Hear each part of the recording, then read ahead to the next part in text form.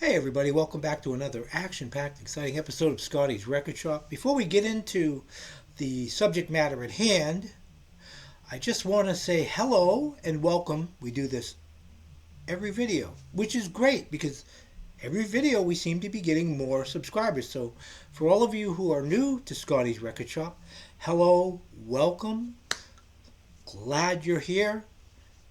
Equally as glad for all of you who take the time to watch these silly little videos. I say this every single video. I gloat over you guys because each and every one of you is important. And you make this channel what it is. Okay, subject matter at hand. Steely Dan. I'm going to rank their albums. Two of their albums I have on CD. But they're at the storage unit. Maybe that says something about how I feel about those albums. We'll get into that. But I do have, this is not going to be a ranking of compilations, live albums, things like that. However, I am going to show two things at the very beginning of this video. Because I can. It's my video, right? That's kind of cool. But first thing I want to show you before we get into the ranking is something I picked up several years ago. This came out in 1978, and it was on a label called Visa, like the credit card company Visa. I've never seen anything else on the Visa record label. If you have, make a comment down there. Let me know. But this is a compilation from recordings that the genesis of Steely Dan, what would become Steely Dan, these are demos and stuff that they made in 1971. I think, as the story goes, they were staff writers for ABC Dunhill, the original label that they were on, and they initially came in as songwriters and stuff, and their songs were just too different for anybody to really want to do. Was it hit material? Who knows? But this was just a compilation. I don't even know if you can get this anymore or if this stuff is on the CD now or something. I saw this years ago in a record store and went, wow, this is really cool. I got to check it out. No, this doesn't even really sound that much like Steely Dan. It really doesn't, even though it's the majority of the guys that would become Steely Dan. Fagan and Becker, you know. But it's an interesting thing. So if you're a diehard Steely Dan fan and you didn't know about this, hunt this down, okay? Okay. Now, this next one is a compilation. I'm showing it because, and I'll tell a little quick story. I won't waste your time too much, but 15 years ago maybe, I decided that I was going to pull my vinyl out again. Unlike some people who were, when CDs came along, they were like, wow, we don't need my vinyl anymore. Get rid of it. I never did that. I kept everything. Thank God, actually. And one day, in the midst of the insanity of having small kids and the jobs and the wife and all that other stuff, I thought, you know what? I really feel like I want to listen to an album. Not a CD. An album. So I pulled this out. And this got me back into listening to vinyl again. I had forgotten, first of all, how great this album sounds. This is just a great sonically sounding album. But I pulled this out, dusted off the old turntable, had an old Technics from the 80s, my old Technics turntable from the 80s. Dusted that thing off, plugged her back in, and you guys probably know, those old Techniques from the 80s, 70s and 80s, especially the early 80s, late 70s, those things were built like tanks. So this thing worked perfectly fine, and it played this like a charm, and it was like all of a sudden I'm like, I really want to start listening to my records again. And again, like I said, I never got rid of them. Thankfully, they were kind of stashed in different places and stuff, but yeah, it got me back into it. So Steely Dan, it's their fault for all of that, even though I had most of that, and things you can't see, like the shelving units that are over here. There's like 4 or 5 shelving units in the house of records, plus the storage unit that has some albums and some CDs and ton of 45s down there. Speaking of storage unit, let's get into the countdown here. These are not necessarily. First of all, this is my opinion. Okay, we always have to take and say this so we don't upset people, because there's going to be some things that placements that maybe will upset a few people. This is what I like. This is what I'm feeling at this moment in time. If you want to rank your favorite Steely Dan albums, that would be great. That would be awesome. Do it right down below. The first two are the ones that are in the storage unit, which are CDs. Everything Must Go, which was their last album, which I'm going to rank, I don't want to say their worst album, my least favorite album, Everything Must Go. It's not a bad album. It's just, I don't know. It didn't affect me. It wasn't, they were witty. The musicianship on the last two albums were great. They were just, there was something missing, and I don't know. And I've seen a lot of other people doing videos of Steely Dan, and they feel the same way. So if you feel the same way about these albums, let me know why you don't think they level up to the masterpieces that are going to be coming. So Everything Must Go at the bottom. Two Against Nature. That's a little bit better. That was their kind of comeback album, but it still was lacking something. I don't know what it was. I don't know. So here we go. We're going to get into the stuff that I have here at the house. All of this is vinyl. I have all this on CD. Oh, I got to tell you why this was made, too. I have a friend of mine who does have a YouTube channel. He hasn't been very active. But a guy named Andre, who lives in the same state I do. State of Confusion. No, state of Maine. At least that's where I am right now. It's where I've been for a long time. He's a fellow record collector in the state of Maine, and we're friends on Facebook and stuff, and he subscribes to this channel. And I had posted one of these Steely Dan albums, because I'm on my Facebook page, I'm showing albums that came out that I owned that came out in 1975, 50 years ago. Well, obviously, Katie Lied came out in 75. So he's like, you ought to do something on your YouTube channel to kind of talk about Steely Dan, because they were just so good. Andre has good taste. And if you like Steely Dan too, so don't you. So we are going to see Katie Lied, but you're the reason that this happened, Andre, okay? There you go. So thank you very much. We can all thank my friend Andre. Okay, let's start off with a bang. This is not going to make some people happy. Gaucho. Now why? Why would this masterpiece be here? Okay. This album reminds me of their last two albums, Everything Must Go and Two Against Nature. I kind of used to refer to them as Gauchos Part 2 and 3. There's some amazing music on this. Babylon's Sister. Hey 19, the title track. There's some great things on here. There's something missing about this record. I don't know what it is.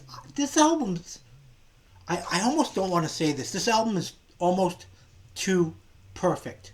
I don't mind drum machines and stuff being used, and it was implemented here very well. I mean, this album was designed to be as perfect of a recording as you could get.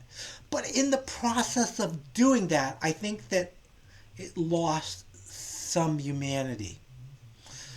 Still a good album. Would I if somebody said, I'm thinking about getting into Steely Dan, I just picked up Gaucho. Was that a bad move? No. Oh, this is the mellowest album they've ever done. They certainly rocked out on other albums, but still not a bad album. Gaucho, this is an original pressing, by the way. Sonically, sounds so damn good. This album sounds so good. All right, next one.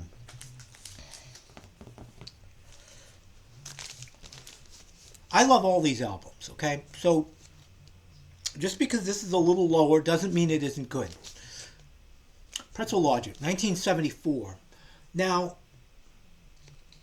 this was in the period where there were 3 albums put out by Steely Dan, the band. There was a band, Steely Dan. It wasn't just Donald Fagen and Walter Becker. You know, we had other members. They were constant, but Fagen and Becker really didn't want to be in a band. They wanted freedom. And I think that the first 3 albums are kind of tied down.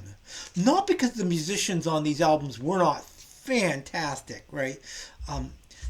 You know, look up who's on these albums. Give me a break, right?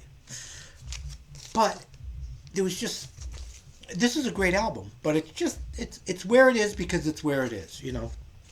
1974, Pretzel Logic. Next album suffers from the same kind of thing. A lot of killer songs, a lot of classic Steely Dan material on Countdown to Ecstasy. Trying to get this in frame here, that because the lighting, obviously you can see with the plastic on here. Countdown to Ecstasy. I mean, Bodhisattva, My Old School. I mean, there's so many classics on here. This is not a bad album. Again, it's kind of not Becker and Fagen fully imagined. They were getting there on these albums, but they weren't quite there yet. But a damn good album. Damn good album. Love Bodhisattva. What a great grooving song that is. By the way, these are all original pressings, by the way. Everything was is on ABC Dunhill with the exception of Gaucho. Gaucho is on MCA, which is where all this stuff is now. Okay. Again, with the Steely Dan band. Can't Buy a Thrill. This is a great album. Their debut album from 1972. This is a fantastic album. They were hungry. Out of the 3 albums that were the Steely Dan band, this is the one that I like the best. This one there's something about this. There's stuff on here that doesn't really sound like the Steely Dan of Asia, of you know, the later stuff, which we're going to be getting into here in a minute. You know, Katie Lied. Some of this doesn't sound like that. Some of this is just straight out rock and roll. And I like that. This is a really well done album. Again, ABC Dunhill. I really should show you a label, shouldn't I? Let's show you a label. Why not? Just for all of you. These are this is what the inner looks like. And let's just do this for the heck of it, shall we? There you go. I believe if this isn't an absolute first pressing, it's a very early pressing, because this ABC label would go out in 1974, I believe. It would switch to a different label, which actually I will show you next. Okay, so that's that. Next album. I love this album. And this album, the next 2 albums almost flip-flop for me, because it's like, oh God, there's 3 albums left. These are all just, you cannot go wrong. You want to turn somebody on to Steely Dan, these next 3 albums are it for me. Katie Lied, 1975. This is the one that caused this video, right, Andre? So this was on the, let's pull this out. I believe I pulled a pressing. Yes, I did. This is what the inner looks like. Lyric sheets and stuff. And this is, oh no, this is a later pressing. I didn't pull the right one out. This is really a later pressing. This is on, I've got like 3 pressings of this. So this is on the MCA label. And this is what the Gaucho album would look like as well. Just in case you wanted to know. If you're a collecting type individual. I know for a fact, I shouldn't say that. I know for a fact the next one is on that second ABC Dunhill label. Okay. This next one, a lot of you put it number one. I love this album. I really do. But the album that comes after this, I just love more. I don't know why. Asia. What a wonderful album this is, huh? Just this is Steely Dan fully imagined. They didn't get any better than this. They didn't, they couldn't, it's not possible. What a wonderful album. Let's see here. Before I lie and say this is on the this is what the inner looks like. And I'm quite certain. Aha, here we go.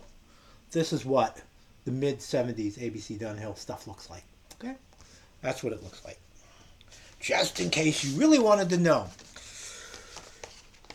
It's a fantastic, sonically, it's a fantastic sounding album. I mean, this was, I believe, their biggest selling album. A couple of 3 top 40 hits off of this thing. This was really, as a friend of mine would say, this is the shits. This is it. Then why isn't this number one? If this is it, this is Steely Dan fully imagined. Why isn't it number one? Well, because it's my rating, my ranking, and I just like, and you know which one's coming. I just love this one better. I just absolutely adore this album. No, it wasn't as big of a hit. It was the album that came out before Asia. And this is just, you know, the Royal Scam is just perfection for me. Asia is perfection. Katie lied. All 3 of those albums, perfection. And I think that Katie lied and Asia, they flip-flop for me, like I said. This one just edges it out just a little bit. But a wonderful, wonderful album. A great starting point and a great ending point. And speaking of ending points, that ends my little review, my little ranking of Steely Dan, the Steely Dan discography. Please like, please subscribe, please comment, please share with your friends, share my videos with your enemies. It really doesn't matter. Just share them. I really do appreciate it. And I guess that'll do it. Until next time, everybody. Peace and love.